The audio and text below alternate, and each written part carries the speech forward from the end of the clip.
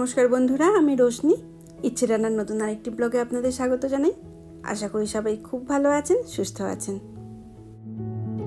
এখন এখানকার আকাশ বেশিরভাগ ক্ষেত্রেই মেঘের কালো চাদরতে ঢাকা থাকে, তবে আজকে একদমই ঠান্ডা হাওয়া দিচ্ছে না, পুরো একটা গুমোট ওয়েদার। তার জন্য একবার বাইরেটা এসে দাঁড়ালাম। কয়েকদিন আগে যে ছোটো ছোটো গাছগুলোকে লাগিয়েছিলাম সব এখন ফুলে ভর্তি। আর ছোটো ছোটো গাছ তো, এক একটা গাছেতে যদি 3-4টে করে ফুল ফোটে সেটাই কত সুন্দর লাগছে দেখতে। আর এই দিকটা দেখুন কীরকম পিঁপড়ে, মানে প্রথমে তো ভেবেছিলাম মাটি বোধহয়, তারপর দেখছি পিঁপড়েতে ভর্তি। কি জানি আজকে ওয়েদার রিপোর্টও বলছে পরের দিকে হয়তো একটু বৃষ্টি পড়বে। আজ বুধবার, ঘড়িতে এখন বাজে 10:30 মতো। ছেলেরা তো স্কুলে চলে গেছে আর মিকুর বাবা গেছে অফিসে। বাড়ি একেবারেই ফাঁকা, তার জন্য 10-15 মিনিটের জন্য বাড়ির চারপাশটা একটু হেঁটে আসলাম। তবে আজকে বাইরেও বেশ গরম, কীরকম একটা ভ্যাপসা ওয়েদার, এক ফোঁটা হাওয়াও দিচ্ছে না, আর বৃষ্টিও পড়বো করেও দেখুন এক ফোঁটাও পড়েনি। আর এই বাড়ি আসার সময় দেখলাম ইলেকট্রিক বাইকটা রয়েছে। ইলেকট্রিক বাইক কিন্তু এখানে বেশ জনপ্রিয়। যে কোনো পার্ক থেকে শুরু করে বাস স্ট্যান্ড, রেল স্টেশন, সবার বাইরেতেই এরকম ইলেকট্রিক বাইকের স্ট্যান্ড থাকে। এই কাছাকাছি যাওয়ার জন্য এই স্কুটারগুলো খুব ব্যবহার করা হয়। ইলেকট্রিক স্কুটারের জন্য কোনো অ্যাপ আছে, সেটাকে আগে ডাউনলোড করতে হয়। তবে এরা 16 বছর বয়সের কম বয়সীরা কিন্তু ব্যবহার করতে পারে না, কারণ এটা তো অনেকটা গাড়ির মতনই। এই বয়সের ছেলেমেয়েরা সদ্য কৈশোর পণ্ডি পার করে যৌবনে পা দেয় আর আস্তে আস্তে স্বাবলম্বী হতে শুরু করে। কারণ এই 16 বছর হয়ে গেলেই বাচ্চারা এখানে গাড়ি চালানো শিখতে পারে, যে কোনো জায়গাতে চাকরি করা শুরু করতে পারে, এমনকি 16 বছর বয়সে বিয়েও কিন্তু করতে পারে। তাহলেই বুঝতে পারছেন 16 বছর হচ্ছে এখানে বাচ্চারা যেন হঠাৎ করে বড় হয়ে যাওয়া। চলুন, বাড়ি চলে এসেছি আজকে। তবে মনটা আমার খুব খুশি, শুধু আমার বলবো না, বাড়ির সবাই আজ খুব খুশি। কারণ অনেক দিন যেটা করব ভাবছিলাম সেটা কালকে করা হয়ে গেছে। মানে আমরা দেশে যাওয়ার জন্য টিকিট কেটে ফেলেছি। আর সেই আনন্দে আজকে করব গলদা চিংড়ি মালাইকারি। এই চিংড়ি প্যাকেটটা বাড়িতেই ছিল, তাই ভাবলাম আজকে সেটা করে ফেলি।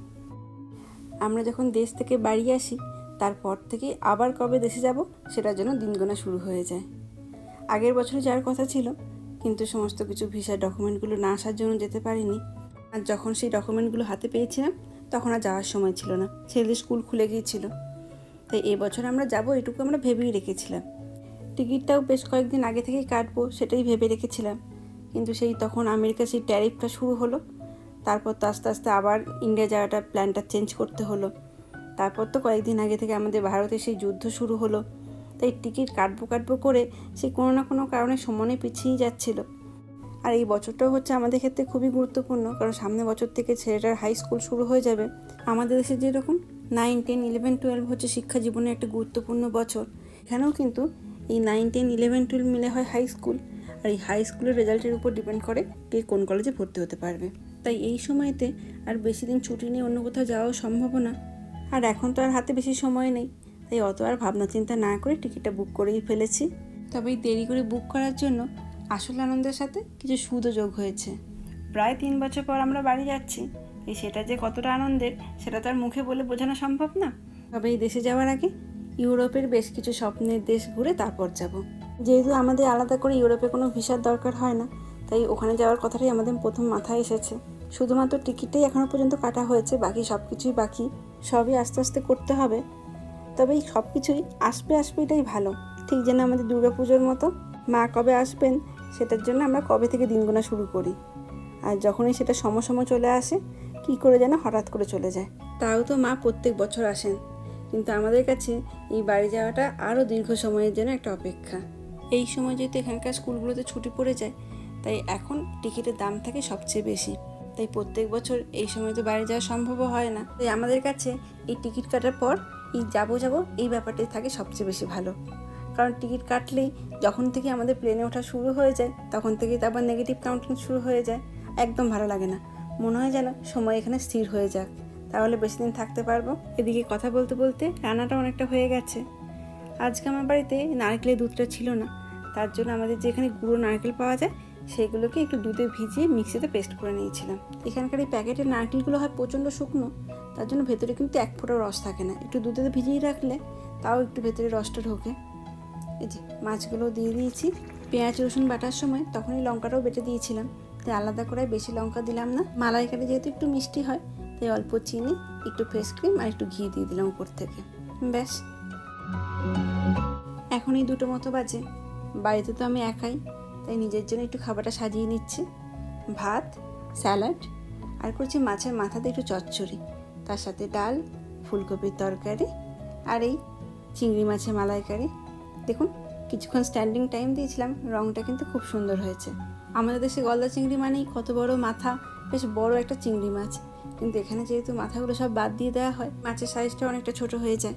চলুন এবার খেয়ে নিই।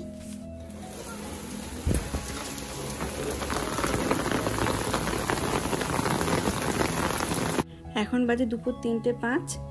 মুষলধারে বৃষ্টি শুরু হয়েছে। অনেক দিন পর এরকম একটা বৃষ্টি দেখছি।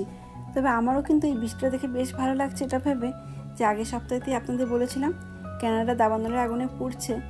এই বৃষ্টিতে যদি কিছু আগুনও নিভে যায়, তাতেও তো কত পশু পাখি প্রাণ বেঁচে যাবে। তবে আজকের ওয়েদার রিপোর্টে কিন্তু এরকম বৃষ্টি হওয়ার কথাই ছিল না, ছিল সেটা রাতের দিকে। আর সেই কারণেই মিকু যখন সকালে আসলো তখন তো সাইকেল নিয়ে এসেছে। সাইকেলটা এখনও জলে ভিজছে, কিন্তু এরকম বৃষ্টি পড়লে সাইকেল নিয়ে যাবেই বা কী করে। তার জন্য বললাম সাইকেলটাকে ওখানেই থাকুক, দাদা যখন বৃষ্টিটা থেমে যাবে তখন এসে নিয়ে যাবে। সেটা মিকুর একেবারেই মন ছিল না, বলছিল আমার ব্যাগেতে তো রেনকোট আছে, সেই রেনকোট পরে সাইকেল নিয়ে চলে যাব।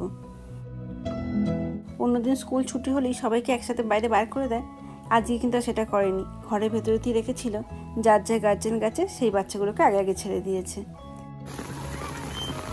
স্কুল থেকে বেরোবার পর থেকেই আমাকে অনেকক্ষণ থেকে বলছে মা একটু ভিজবো, যা তাহলে ভেজ।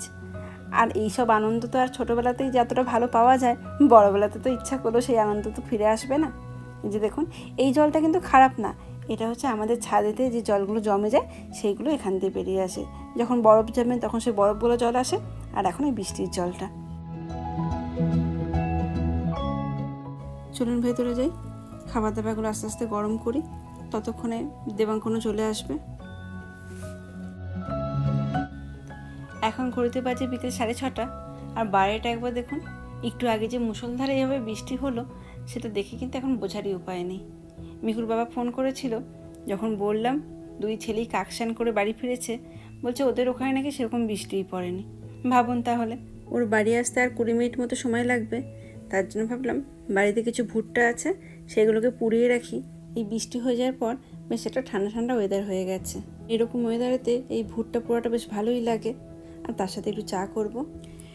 এখানকার দোকানগুলোতে এখন দেখছি খুব ভুট্টা বিক্রি করছে, আর এখানকার ভুট্টাগুলো এতটাই নরম হয় আর তার সাথে এত মিষ্টি, মনে হয় যেন কেউ চিনির রস ভেতরে ঢুকিয়ে রেখেছে। তার জন্য বেশি করে নুন আর লেবু দিয়ে তারপর খেতে হয়, না হলে কিন্তু মিষ্টিটা বেশি হয়ে যায়।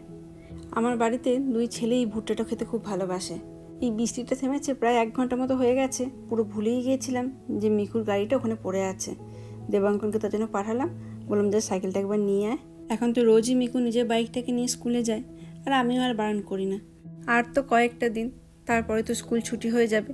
আবার যখন স্কুল খুলবে তখন সামার চলে যাবে, আস্তে আস্তে আবার ঠান্ডা পড়া শুরু হবে, তখন তো আর বাইক নিয়ে বেরোতে পারবে না।